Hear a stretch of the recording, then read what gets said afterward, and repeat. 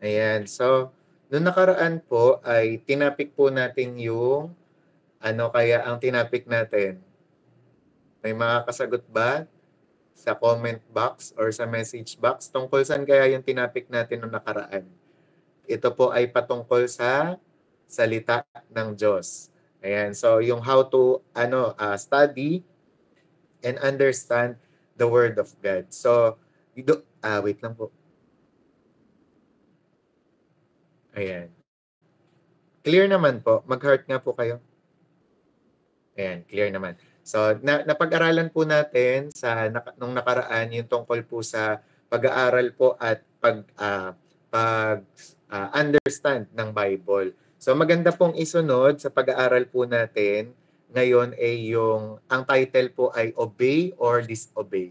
So, alam na natin yung mga katangian ng Bible, alam po natin kung ano yung mga sinasabi nito, pinaparating nito.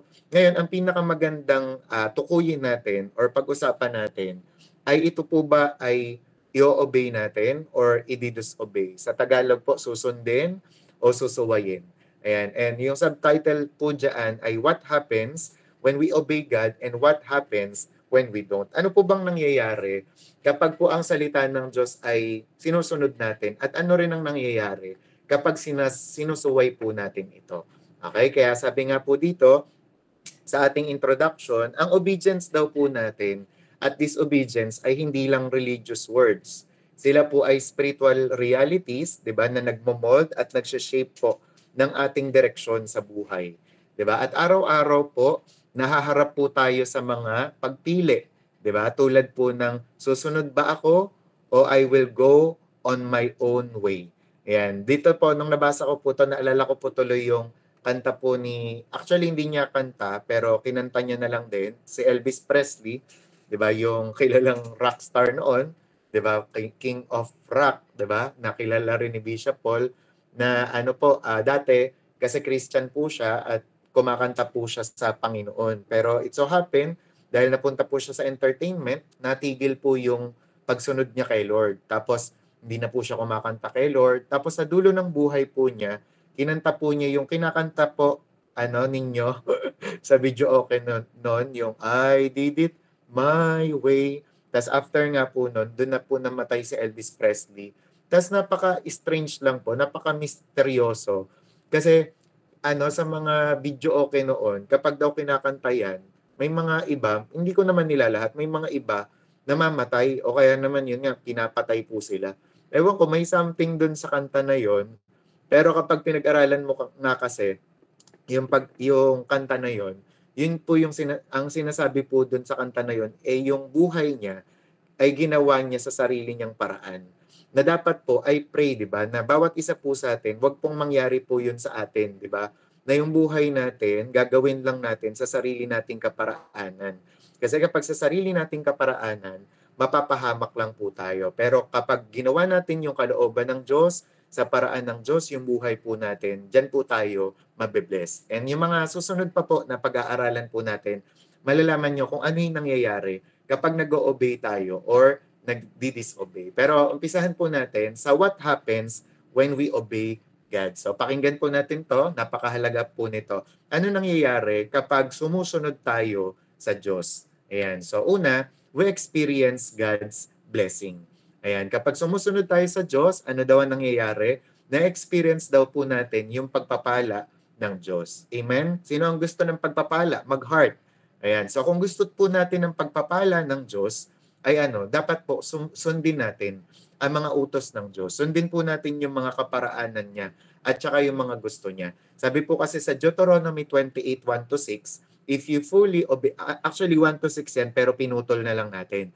Sabi dyan, if you fully obey, all these blessings will come on you. So ayan, napakalinaw po niyan, 'di ba? Na kung susundin daw po natin ang salita ng Diyos, yung mga pinag-uutos ng Diyos, lahat po ng mga pagpapalang sinabi sa Deuteronomy 28 ay matatanggap po natin. Actually, pag binasa niyo po yung Deuteronomy 28, nasa Pentateuch po siya, nasa Old Testament po siya, mababasa niyo po yung mga sunod-sunod na pagpapala kapag ang tao daw o ang mga Israelita ay sumunod sa Diyos. Tapos hindi lang yon kasi after nun, mababasa nyo naman yung mga sumpa na susunod sa mga taong tawag doon, susuway o hindi susunod sa kalooban at sa utos ng Diyos. Kaya dito, mamimili ka. Susunod ka o susuway ka. Again, kapag sumunod ka, pagpapala, pero pag sumuway, pagpapalo.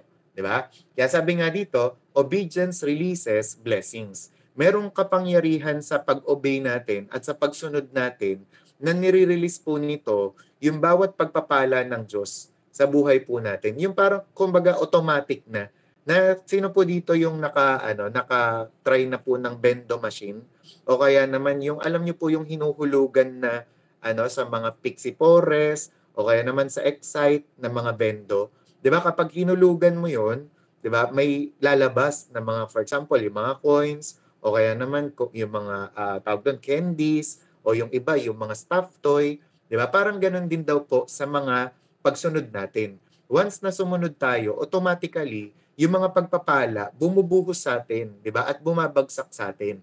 Kasi ganun po ang law ng Diyos. Sabi, hindi lahat material, pero lahat po ay meaningful.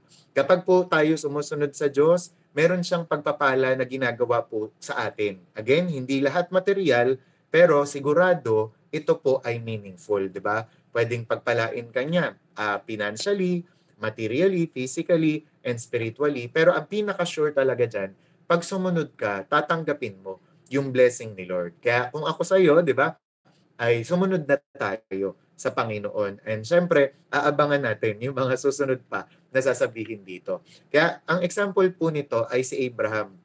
Nung siya po ay tinawag ng Diyos na i-offer po o i-sacrifice si Isaac, ang galing po kasi hindi nagdalawang isip si Abraham. Sabi po sa Genesis 22, 'di ba, ay talagang sinunod niya po 'yon. Dumating po yung time na umakyat si Abraham tsaka si Isaac sa bundok, 'di ba? At muntik na talaga na isakripisyo ni Abraham si Isaac. Pero dahil nakita ng Diyos yung obedience ni Abraham, hindi niya na tinuloy, 'di ba? Yung parang sinabi ng Panginoon, inawat siya ng Panginoon na hindi si Isaac ang i-offer mo. Nagkaroon ng ram bigla dun sa bundok na yon, 'di ba? And that place tinawag po yun na Jehovah Jireh kasi sa lugar na yon pinrovide ng Panginoon yung ram na mamamatay in behalf kay Isaac. Na simbolismo yon and shadow po yon ng gagawin ni Jesus na sakripisyo para po sa atin. And tingnan niyo yung sinabi ng Panginoon sa Genesis 22:18. Because you have obeyed, through your offspring, all nations on earth will be blessed. Na alam niyo po ba ang connotation o lesson po natin dito sa kwento po ni Abraham? Whenever po na tayo po meron tayong pagsunod na ginagawa, automatically ang Diyos talagang binibless po tayo. Kaya naman, I encourage every one of us, ano man ang specific or particular po na instruction, mandato, o kaya naman po a commandment ng Panginoon sa bawat isa po sa atin, tatandaan po natin, wag po natin sasayangin. Kundi, tanggapin po natin and also sundin po natin. Kasi we never know ano yung mga nakaambang pagpapala kapag sumunod ka sa Diyos. Halimbawa, it can be mag-offering ka, it can be ang utos sa'yo ng Diyos, batiin yung kaaway mo, it can be i-honor yung magulang mo, o kaya naman yung mga kaklase mo ay sharean mo, and hindi mo alam na sa pagsunod mo pa lang yon, merong kaakibat na pagpapala yun. Amen? Kasi bawat commandment nga po ng Panginoon, meron siyang inihanda. Hindi ito inutos ng Diyos sa wala lang. Lahat po ng commandment ng Diyos, iniutos niya for our benefit. 'Di ba? At para ma-bless tayo. Okay? Kaya nga ang sample po nito, alam niyo po ba, yung mga Koreans, 'di ba? During that time nung kila Paul Yonggi-cho, kasi nagkaroon sila ng instruction, nagkaroon ang Lord ng instruction sa kanila na manalangin sila ng dawn watch. Manalangin sila during 4 a.m. Tapos ang ginawa ng mga Koreans na ito ay nanalangin. Tapos nag-fasting. Tapos hindi lang yun, nag-share sila despite of persecution na nangyayari sa kanila. Kaya alam niyo po ang nangyari po sa kanila dahil sa pagsunod nila, dun po sa lugar nila at sa bansa nila na unang na-build yung yung kumbaga largest church sa buong mundo, 'di ba? And yun nga po yung kay David Yonggi-cho, 'di ba? Na isipin niyo pong maigi dahil lang sa simple instruction na yon, 'di ba? At sinunod po nila 'di ba? Nagkaroon po sila ng pagpapala, nagkaroon po sila ng breakthrough. Kaya minsan sa buhay po natin, may mga pagkakataon po na ini-instruct po tayo ni Lord sa spirit po natin. 'Di ba? May ini-instruct siya sa Bible, pag nagbasa ka ng Bible, pag nag-pray ka, may commandment siya o may gusto niya ikaw na sundin, 'di ba? Huwag ka pong mag-atubiling sundin 'yon, 'di ba? Kasi bakit? May kaakibat na pagpapala po 'yon. Halimbawa, sa mga maririnig niyo po ngayon, pwedeng i-touch po kayo ni Lord ngayon. And right away, dapat po sundin po natin 'yan. Okay? And then pangalawa, what happens when we obey God? We walk in God's presence and favor. Kapag po tayo sinusunod po natin si Lord, ang Diyos, ano po nangyayari? Lumalakad po tayo sa presensya at sa pabor ng Diyos. Sabi po ng John 14:23, if anyone loves me, they will obey. And ano po yung pangako ng Panginoon? And we will make our home with them. Di ba? Yung presensya ng Diyos, yung pabor ng Diyos, di ba? Yung gabay ng Diyos sa atin whenever we obey. Obey God, di ba? And tatandaan nyo, kung halimbawang ikaw, galante ka sa Diyos, magiging galante din siya sa'yo. Kapag ikaw, ino-honor mo ang Diyos, i-honor ka rin niya. Laging ganon. Kung halimbawang nararanasan nyo sa mga tao, ako kasi may mga kilala po akong ganon. Halimbawa, yung sila, kunwari sila Kuya Dave, pag po binibigyan po namin sila ng ulam, nagugulat po kami, hindi naman namin hinihiling na suklian nila yon, pero laging ganon. Halimbawa, may ibibigay ako sa kanila, pero mas, kumbaga, may ibibigay silang mas masarap, o kaya naman mas espesyal, di ba, doon sa binigay, namin, di ba? And halimbawa, parang naisip ko doon, kung ganun yung tao, di ba? Kung halimbawa, ganun sila Kuya Dave, how much more tayo kapag sinusunod natin ang Panginoon na kung halimbawa, nagbigay ka sa Kanya ng pagsunod, nagbigay ka sa Kanya ng offering, ng mga sakripisyo, mas matindi siyang magbalik. Kaya nga, di ba, kapag babasa ka patungkol sa giving, di ba, laging ang sinasabi, pag patungkol sa giving, tsaka sa obedience, laging doble. Di ba? Halimbawa, pag nagbigay ka, ang ibabalik daw ng Diyos, siksik, liglig, at nag-uumapaw. Sabi ng Bible, kapag daw nagpahiram ka sa mahirap o nagbigay ka sa mahirap, parang yung Diyos daw ang pinapautang mo. Kaya naman pagpapalain ka ng Diyos, laging hindi siya nagpapahuli, hindi siya nagpapakulelat. Kapag si Lord, in-honor mo, mas ipapakita niyang mas malaki yung igagantimpala niya o ibibigay niya sa'yo. Kaya nga yung mga tao, hindi talaga sila mapapahiya whenever they obey God. Kasi mas matindi pa yung nakikita nila, 'di ba, sa Panginoon. Kaya for example, dati rin may sinasabi lagi sa akin si Bishop tsaka sa pamilya ko. Na sabi ni Bishop sa akin noon, ayan si Hemler, kapag yan sumunod sa Panginoon, kapag yan nagpastor, pagpapalain talaga yan ng Panginoon. And parang to make the long story short, in the long run po ng buhay ko, nakita ko talaga yung blessing po ni Lord na binless niya rin po talaga ako. Yung akala ko ito lang yung mga taong i-cater ko, biglang nagdagdag po yung Panginoon ng mga taong i-cater po namin, i-usher po namin, dadalhin po namin sa Panginoon. Kasi whenever we obey God, talagang nag-aano po yun, bumabalik, di ba, ng siksik, liglig at nag-uumapaw. Tsaka favorite ko nga po yung sinasabi po sa Ephesians 3:20, di ba, na exceedingly abundantly far above all we could ever ask or think. Ganun po siya magpala. Okay? Kaya kung gusto niyo pong mag-walk or maglakad sa presensya ng Diyos, sa pabor ng Diyos, sumunod po tayo sa Diyos. Okay? Kaya i-type nyo po sa message box, sumunod. Ayan, sumunod. Okay? And sabi nga dito, God delights in walking with those who obey Him. Gustong-gusto talaga ng Panginoon na lumakad kasama ng mga sumusunod po sa Kanya. 'Di ba? Kasi for example nga, 'di ba, yung sa sinasabi sa Bible na can two walk together unless they agreed? Parang yun po yung sinasabi na, for example, pag sumunod ka ba sa Diyos, maglalakad siyang kasama mo. Amen, 'di ba? Pero pag nagdi-disobey ka, nagre-rebelde ka, tumatalikod ka, hindi naman yan yung parang usapin si Lord yun ang iwan. Kundi ikaw kasi yun ang iiwan kay Lord. Kaya ang nangyayari, hindi na siya makasabay sa iyo. 'Di ba? Kasi nauuna ka na o kaya naman sumasalungat ka sa paglakad niya, 'di ba? Kaya nawawala ka dun sa sistema. Kumbaga sa channel na out of tune ka. 'Di ba? Pero wag nating hayaan, 'di ba, na ma-out of tune tayo, ma-out of direction tayo, kundi dapat maglakad tayong kasama ng Diyos. Sumunod tayo sa Kanya. Kaya parang for example, usapang ulan, 'di ba? Kailan ka mapoproteksyonan tuwing umuulan? Kapag may hawak kang payong at kapag nasa under ka nung payong na yon. 'Di ba? Meron ba kayong nakitang nagdala ng payong pero nandun siya sa labas ng payong? 'Di ba? Ay ano 'yon? 'Di ba? Kumbaga nagdala ng payong pero ano, yung nakaganon, 'di ba? Ang layo-layo sa kanya. Automatically, pag nagdala ka ng payong, dapat nandun ka sa ilalim, 'di ba? So ganun din po tayo sa Diyos, 'di ba? Whenever we obey God, para po tayong napapasailalim ng kanyang proteksyon, ng kanyang presensya, at ng kanyang pabor. Pero once na umalis ka doon, once na nag-backslide ka, once na ayaw mo na kay Lord, ay sorry to say, yung presensya po ng Diyos, nilalayo mo. For example, yung paglilinaw nga po ni David Hernandez, si Lord, hindi naman talaga siya, He will never leave us nor forsake us. 'Di ba? Yung Holy Spirit, hindi tayo iniiwan yan. Pero once daw po na lumayo kasi tayo sa Diyos, nababawasan po yung influence niya sa atin.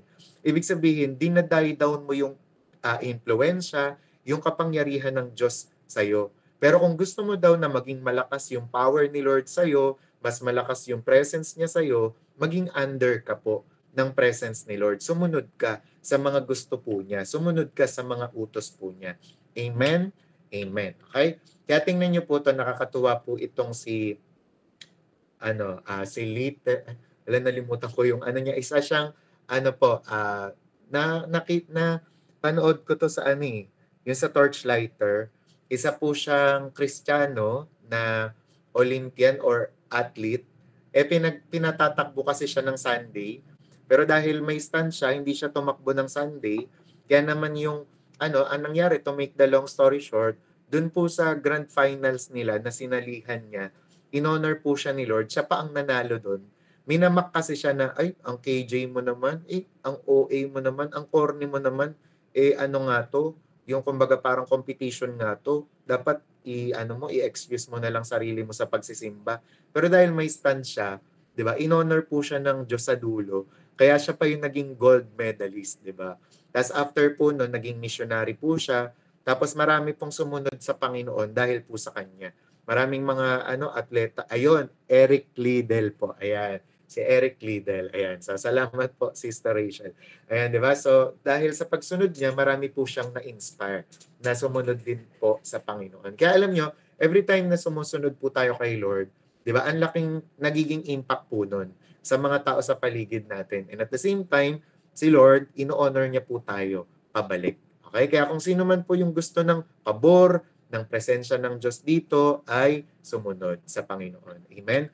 And sunod, what happens when we obey God? Ano pa po yung nangyayari kapag nag-o-obey tayo sa Diyos? Pangatlo, we discover our calling and our purpose. Diba? Kapag daw sumusunod tayo kay Lord, nadidiscover natin yung calling natin tsaka purpose. Kanina magkasama kami ni Jazz. Tapos parang nagtatanong lang kasi siya about sa mga calling, napapag-usapan namin yung mga calling. Tapos napapag-usapan namin yung mga nagpapastor, ganyan. Pero ang parang sinasabi niya nga doon, for example, sa parang kagaya niyang bata pa, madalas talaga kasi sa mga ganun, hindi pa nila alam kung ano pa yung mga specific calling or purpose nila. Pero for example, ako po na, halimbawa, tumagal na rin kay Lord kahit papano, nalaman ko po na as you obey, habang nag stay ka kay Lord, habang sinusunod mo siya, parang habang tumatagal, as the days and as the years go by, nalalaman mo kung ano yung pinapagawa sa'yo ng Panginoon. Nalalaman mo kung ano yung passion mo, nalalaman mo kung saan ka magaling, kung ano yung mga skills mo. 'Di ba? Kaya tayo, as we obey God, lahat po ng mga nakakarinig ng boses ko po, ng tinig na to, ng turo na to, una lang yan, na parang feeling mo, hindi mo alam yung calling mo, yung purpose mo. Pero as you go, 'di ba? Parang as you go along, 'di ba? As you obey the Lord, later on malalaman mo 'yan. 'Di ba? Saan ka patungo, saan ka dadalhin ng Panginoon, 'di ba? Pero yun nga, obey ka lang ng obey. Kaya ayan po yung nangyari kay Peter. 'Di ba? Sa Luke 5:10 to 11, sabi ng Panginoon sa kanya, "Don't be afraid. From now on, you will fish for people." 'Di ba? Na magmula ngayon, hindi ka na mangingisda, 'di ba? Kundi mangingisda ka na ng tao. 'Di ba? Kasi during that time, may simple instruction si Jesus na ibaba daw ni Peter yung kanyang net, 'di ba, dun sa kabilang dako. And si Peter, 'di ba, kahit alam na alam niya kung papaano mangisda, alam na alam niya yung perfect timing dapat, 'di ba, ng isda, tsaka nagtoil na siya buong araw pero walang isda. Pero dahil sinabi ng Panginoon, sinunod niya pa rin. Kaya anong nangyari, nakakuha siya, naka-catch siya ng great ano, 'di ba? Great catch na maraming mga isda siya, 'di ba, na nakuha, 'di ba? And yun nga yung sinabi ni Lord sa kanya, na huwag ka matakot, from now on you will fish for people. Na ibig sabihin po nito, sa pagsunod kasi natin, nakikita natin yung mga resulta, 'di ba? Nalalaman natin kung ano yung nagiging calling natin and purpose. Ako naman dati hindi ko alam talaga na pangpastor ako, 'di ba? Ako nga talaga, kahit tanungin niyo yung mga kabatch ko, ayoko talaga magpastor. Pag tinatawag nila ako o gino-joke nila ako na, "Pastor, pastor," nasusuya ako. Parang feeling ko kasi hindi bagay sa akin. Kasi first and foremost, napakamahiyain ko, nagtatago nga ako sa kwarto kapag may bisita, 'di ba? Tsaka hindi ko kayang humarap sa mga tao, 'di ba? Na para magsalita, para mag-preach. Pag nagre-report ako nung college ako, hahawakan ko lang yung mouse, nanginginig pa, hindi ko talagang makontrol yung mouse. 'Di ba, natatawa sa akin yung mga kaklase ko tsaka teacher ko. Pero habang sinusunod ko si Lord, dun na, 'di ba? Dun niya na ni-reveal ang lahat-lahat. Kasi hindi naman yan agad-agad, alam mo na agad. Parang sa isang iglap, alam mo na lahat ng plano ng Diyos. Kaya nga may tinatawag na step of faith. Kaya nga may tinatawag na walk by faith, 'di ba? Hindi laging alam natin kung ano yung kahihinatnan ng mga bagay-bagay. Hindi tayo kagaya ng Diyos na omnipresent, omniscient, 'di ba? Ever present, 'di ba? Limitado lang ang alam natin. Kaya ang instruction ng Diyos sa atin, walk by faith, 'di ba? Trust me, obey me, 'di ba? And habang ino-obey mo si Lord, doon mo malalaman, ito pala yung calling ko. Naintindihan? Kaya yung mga bata pa diyan, yung mga parang feeling nyo, hindi nyo pa alam kung ano yung magiging kayo, saan kayo mag-aaral, saan kayo magtatrabaho, anong plano ni Lord sa inyo, just trust the Lord. Trust and obey. Di ba? Magtiwala kayo kay Lord, sumunod lang kayo, ibigay nyo yung kamay nyo sa Kanya. Di ba? Makipag-holding hands kayo kay Lord. Di ba? At magtiwala kayo na hindi Kanya pababayaan, di ba? At hindi niya kayo, di ba, dadalhin sa masama. Amen? Hindi kanya dadalhin sa masama. Laging for good. I-type nyo for good. Yan, type nyo sa message box for good. Okay? And sabi nga, dito, Peter obeyed a strange command to fish again. And that led to his life being forever changed. Sipin nyo maigi, si Peter, inobey niya lang si Lord, pero buong buhay niya, di ba, nabago. Kaya minsan, alam nyo, yung mga turning point po natin, sa lang yan sa simpleng pagsunod natin.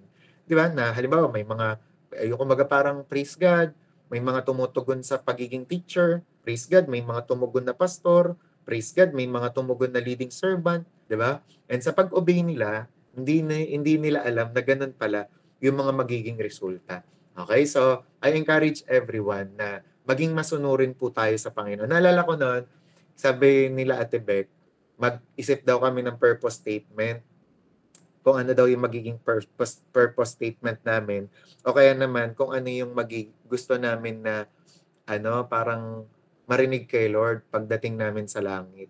Ang naisip ko doon, sila parang naisip nila na gusto nila ganito, gusto nila ganyan, maging song leader sila sa langit.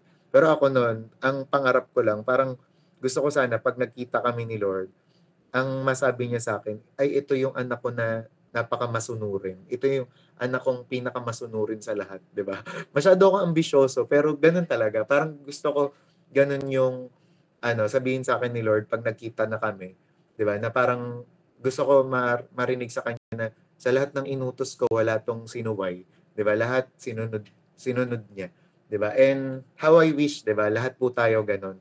Na bawat mga iutos sa atin ni Lord, we are gladly, 'di ba? We will gladly obey it, 'di ba? Masaya tayong susundin 'yon. Kasi ako personally po and honestly, kaya ko pong sabihin sa inyo, I can testify sa inyo, wala po talagang sayang sa pagsunod.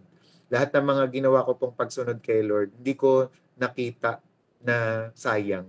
Lahat po sulit na sulit talaga, 'di ba? Kaya i-type nyo nga sulit, 'di ba? Kumbaga worth it kapag sumunod kay Lord. Kaya tingnan niyo po yung nangyari. Si Moses, nag-obey siya kay Lord, 'di ba? Doon sa burning bush. Si David, nag-obey siya kay Lord doon sa paghihintay sa timing para maging hari siya. Si Mary, nag-obey din sa pagtawag ng Diyos, 'di ba? Na pangatawanan si Jesus, na dalhin si Jesus. And lahat po sila talagang pinagpala, 'di ba? Nakita natin yung pagpapala ng Diyos sa kanila na nailathala sila sa Bible, 'di ba? Naging inspirasyon yung buhay nila para sa atin. And nakakatuwa, 'di ba, kapag halimbawang sinusulat pala ni Lord yung buhay natin sa another Bible na let's imagine, 'di ba, na yung buhay natin na isusulat ngayon sa modernong Bible. Gaano kaya magiging maganda yung kwento natin, 'di ba? Because of our obedience kay Lord. Nawa, 'di ba, ang mabasa sa Bible at si John Rex ay sumunod sa Panginoon, kaya naman pinagpala ang kanyang pamilya. 'Di ba? At si Gabi ay sumunod sa Panginoon, kaya ang buong section niya ay naligtas. 'Di ba? At si Pastora Grace ay sumunod sa Panginoon, kaya naman ang buong Lakeview ay naligtas. 'Di ba? Parang ang sarap na ganun yung hindi yung at si Jassel ay sumuway, kaya kinain siya ng malaking tilapia. 'Di ba? Parang si Jonah, kinain ng malaking tilapia. Ayan, 'di ba? Pero yun nga, each one step into purpose through obedience. Kaya naman, I encourage everyone na maging masunurin kay Lord. Kaya may isang batang young woman, na nilid ni Lord na magturo ng mga iilan lang na bata sa probinsya. Pero yun nga, dahil sa pagsunod niya, alam niyo ba, meron na silang sariling eskwelahan. Ayan, sa kanilang probinsya. 'Di ba? And simpleng pagsunod lang yon, iilan lang na bata yung una na tinuturuan niya. Pero it so happened, nung sumunod siya, dumating yung time. Ayan, to make the long story short, nagkaroon sila ng sariling school. 'Di ba? So tayo, kapag may mga ini-instruct si Lord sa atin, inilalagay sa puso natin na parang gusto ni Lord mangyari to. Ayan, sumunod lang tayo kasi di natin alam kung ano yung magiging resulta nun. Ayan, we're next in line. Woo, ayan. So, tama yan. Sa yung declaration ni Ate Pin, di ba? Ito, papakita ko lang to kasi natuwa ako. Sabi ko, o nga, no, ganito pala talaga whenever we obey God. Kasi basa ko lang po nito sa crosswalk. Sabi, ang title po nito, yung 7 real ways your spiritual life impacts your physical health. Makinig po kayo maigi ha. Yung kung paanong naapektuhan ng spiritual na buhay o yung mga pagsunod natin sa physical health natin. Tingnan nyo, ang source po nito is yung American Heart Association, John Hopkins Study, research from the University of California, Davis, Psychology Today, comprehensive study in the Journal of Religion, so on and so forth. Marami pong mga scientists, maraming mga eskwelahan ang nag-prove niyan. And ano po yun? Una, na yung peace daw, nagre-reduce siya ng stress at nagpapalower ng blood pressure. O, kitam, di ba? Kaya that's the reason why, bakit tayo inuutusan ng Diyos, bakit sinasabi ng Panginoon na don't worry about anything, but in everything, by prayer and supplication with thanksgiving, let your request be made known unto God. 'Di ba? And tapos yung sumunod na verse, and the peace of God, 'di ba, that passeth all understanding will guard your hearts and minds in Christ Jesus. Kasi ang gusto ni Lord, wag tayong ma-stress, 'di ba? Ang gusto ni Lord, wag tayong kumbaga parang yung maaligaga, 'di ba? Kasi alam niya kung ano yung damage sa health po natin, 'di ba? Kaya ang gusto ng Panginoon, cast all your cares upon Him, for He cares for you. Okay? So another to na topic ha, kaya dadaanan lang natin. Tapos sabi rin ng mga scientists, forgiveness frees you from the burden of bitterness. Sila na yung nagsabi niya na, 'di ba? Na yung pagpapatawad daw ay pinapalaya ka sa burden ng bitterness. Mga kapatid, scientists tsaka eskwelahan na yung nagsasabi niyan. Kaya ang galing kasi bakit? Inuutos din ng Diyos na magpatawad tayo. 'Di ba? Sa Ephesians, Colossians, sinasabi magpatawad daw tayo, maging mabuti sa lahat, 'di ba? Kasi hindi natin alam kung ano yung pwedeng mangyari, 'di ba, sa pagpapatawad natin. Sino dito nakaranas nung nagpatawad siya, gumaan pakiramdam niya? Amen? Mag-heart. Yung mga naranasang magpatawad tapos gumaan yung pakiramdam kasi totoo yung inuutos ni Lord. Again, kapag nag-utos siya, may purpose, 'di ba? Sa ikakabuti natin 'yan and for our benefit. Pangatlo, Worshiping with gratitude improves your immune system. Wow! Di ba? Kaya para ma-improve daw yung immune system mo, hindi ka lang mag-vitamin C dapat. O kaya naman, hindi ka mag-ascorbic acid lang. Di ba? Kundi dapat, mag-worship ka rin daw ng may pasasalamat sa Diyos. Kasi kapag nag-worship ka, na may pasasalamat kay Lord, inaano niya, binubus niya yung mood mo, 'di ba? Binubus niya yung iyong espiritu, yung emotion, kaya naman yung mga sakit-sakit nawawala 'yan. 'Di ba? Kaya nga tayo nakakatuwa kasi bakit? Every time we worship God, every time matatapos tayo sa worship explosion, ang saya, 'di ba? Pag-uwi, 'di ba? Ang sigla-sigla, ang saya-saya ng lahat kasi ganun ang ginagawa ng Diyos, 'di ba? Sa loob-loob natin. 'Di ba? Tumitibay ang ating immune system. Okay, gusto niyo ba 'yon? Yan, mag-heart tayo. And then pang-apat, prayer supports mental health and brain function. O 'di ba? Kung gusto mo daw na umayos ang mental health mo, huwag kang magkaroon ng depression, hindi ka maloka, 'di ba? Mag-pray ka, 'di ba? So, kung gusto mo na umayos yung brain function mo, 'di ba? Mag-pray ka. 'Di ba kasi nga naman pag hindi tayo nagpe-pray, aligaga, o kaya naman pag hindi nagpe-pray, kung ano-ano naiisip, 'di ba? Nagwo-worry, anxiety, 'di ba? Pero kung gusto mo, 'di ba, na maging maayos ang mental health, pray tayo. Okay? Para nang sa gayon, yung yun nga nababawasan ng mga napupunta sa sa mental hospital. Kailangan matutong manalangin. Okay? And then panglima, trusting God improves sleep. O kita niyo yon, ang pagtitiwala daw sa Diyos ay nag-i-improve ng pagtulog natin. Kasi nga naman, ang reason bakit daw madalas tayong hindi nakakatulog o reason ng insomnia kasi sa regret daw. Tsaka at the same time, yung mga anxiety nga, tsaka mga pinag-aalala.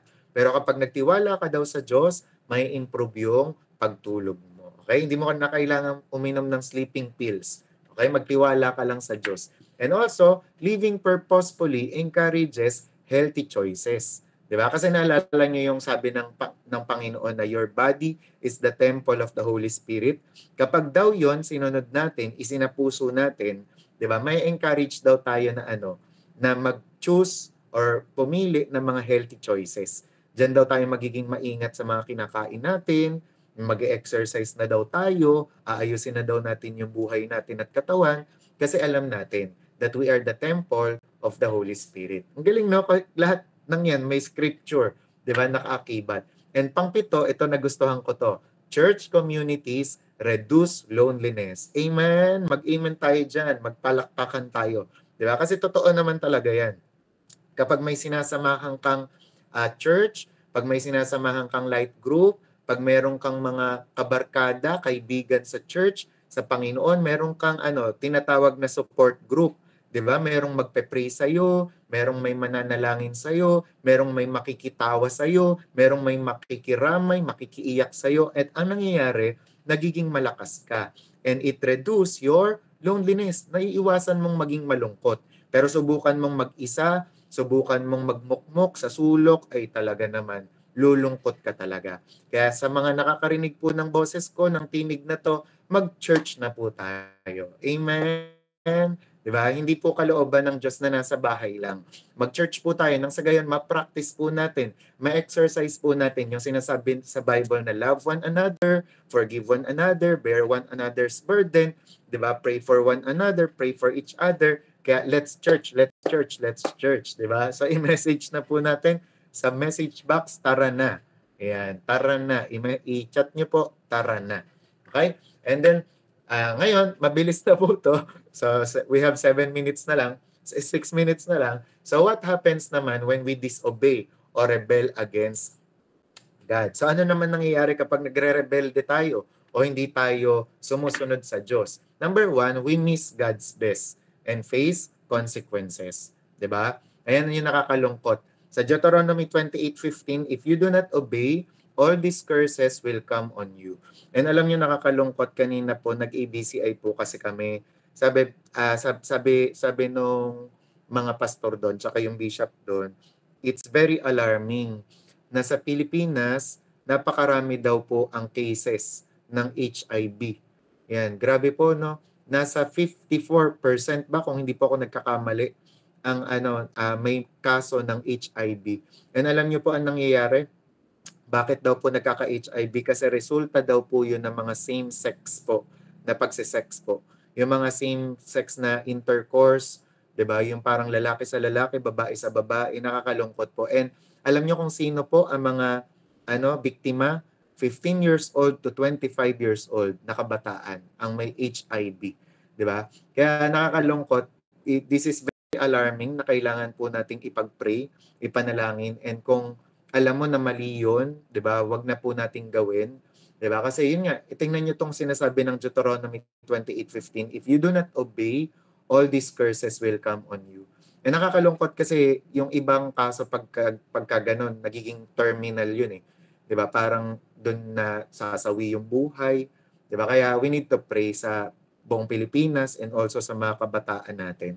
Okay? Kaya yun, kung ayaw natin na i-miss yung God's best and face consequences, 'di ba? Huwag tayong magrebelde sa Diyos, sa halip mag-obey tayo sa kanya. 'Di ba? I-obey natin yung mga utos ng Diyos regarding sa health, regarding po sa spiritual na buhay, regarding sa mga read your Bible, pray every day kasi tayo rin po ang makikinabang nun. Kaya halimbawa po si King Saul, nawala po siya, 'di ba, sa pagiging hari dahil po sa pagsuway niya po, 'di ba? Sabi na po ng Panginoon sa kanya, to obey is better than sacrifice. Kasi pinapa-sacrifice niya lahat, 'di ba? Pinapapatay ng Panginoon at ng Amalekites, 'di ba? Pero nagtira pa siya. Okay? Sabi nga, Saul lost his throne. One moment of disobedience can cost us years of peace. Kapag sumuway ka, ay yun nga po, mawawala sa iyo ang kapayapaan mo.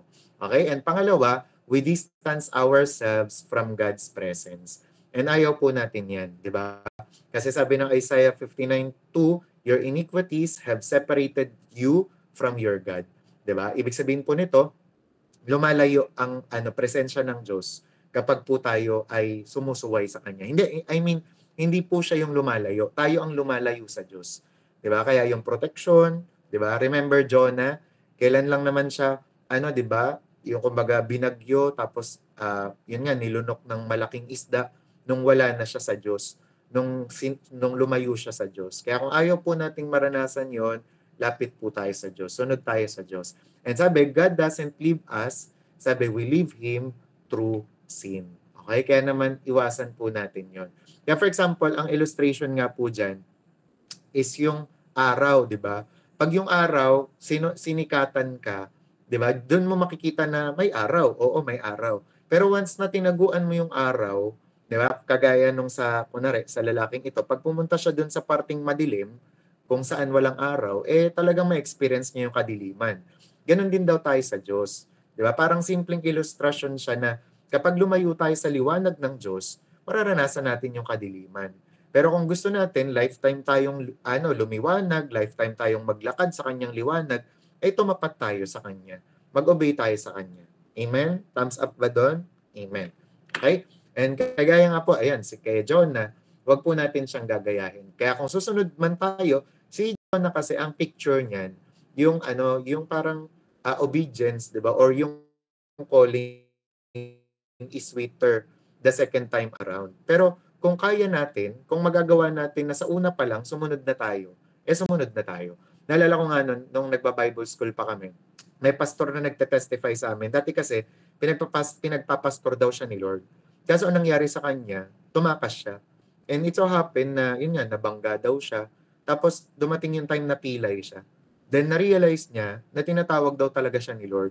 Kaso tumakas siya. 'Di ba? O dumating yung time, sumunod po siya sa Panginoon, pero yun, pipilay-pilay na nga po siya. 'Di ba? Kaya kung ayaw natin maranasan yung mga consequence, 'di ba? Yung mga parang minsan yung kalabit, yung may mga taong ang tawag doon kalabit ni Lord, 'di ba? Yung parang sumunod na tayo, una pa lang sa Panginoon. Amen? So wag po tayong magagalit ha, word of God po ito. And then pangatlo, we hurt ourselves and others. Kapag daw po nagkakasala tayo o dinidisobey natin si Lord, nasasaktan natin yung sarili natin, pati yung iba. Kasi sabi nga ng Romans 6:23, the wages of sin is death. 'Di ba? Ito yung death emotionally, death spiritually, 'di ba? Tsaka kanina nung nag-uusap nga kami ni Justin, 'di ba, ang pinakamahirap na kalaban, yung talaga, yung konsensya din, yung sarili. Kaya for example, sinasabi na ng konsensya mo, wag mong gawin yan, pero ginawa mo pa rin. 'Di ba? Ikaw rin yung nagsasuffer. Hindi ka makatulog, wala kang kapayapaan, 'di ba? Kasi kumbaga sin produces death, 'di ba? Namamatay yung mga bagay-bagay sa buhay natin whenever we disobey. Okay? Kaya naman, let us obey the Lord. Okay, wag po natin gayahin si Achan na nagtago ng kasalanan. Hangga't maaari, i-confess po natin 'yon sa Diyos. Kaya merong isang lalaki, 'di ba? Kumbaga parang na-addict po siya sa droga, pero later on, 'di ba? Humarap po siya sa Panginoon, nag-confess siya, humarap siya sa mga counselors, nagpatulong siya sa mga spiritual leaders, and then doon niya naranasan yung pagpapatawad ng Panginoon. And to make the long story short, na-restore naman siya. Pero yun nga, hindi niya maikakaila yung mga consequence na naranasan niya, na kailangan pang maging broken family, yung pamilya niya, di ba? Dahil sa nagawa po niya. Pero yun, laging namang may pagpapatawad si Lord sa dulo.